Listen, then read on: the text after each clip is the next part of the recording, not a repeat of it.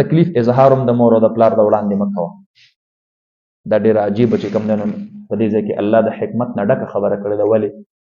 ځکه دا اولاد په خپل تکلیف دومره نه خفه کېږي څومره چې پې د مور او د پلار زړه دردېږي. نو الله فرمایي خبره خو دې ټیک ده، جایز ده، خو د مور او د پلار د وړاندې اظهار مه کوه. اوف په دې ملا باندې مې درد دی، اوف په دې زړه باندې مې درد دی، اوف مړ شومه.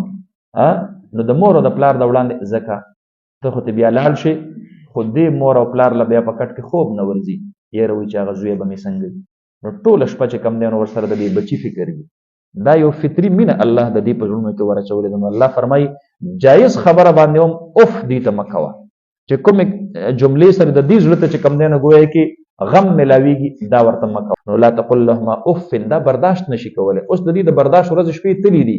یو وخت داسې و چې تا به چغې والې د دې به چې کوم دی نو څه دغه به یې نه و دومره، او دا اوس چې کومه ده نو معمولي اف غوندې کلمې سره هم د دې زړه غورځي.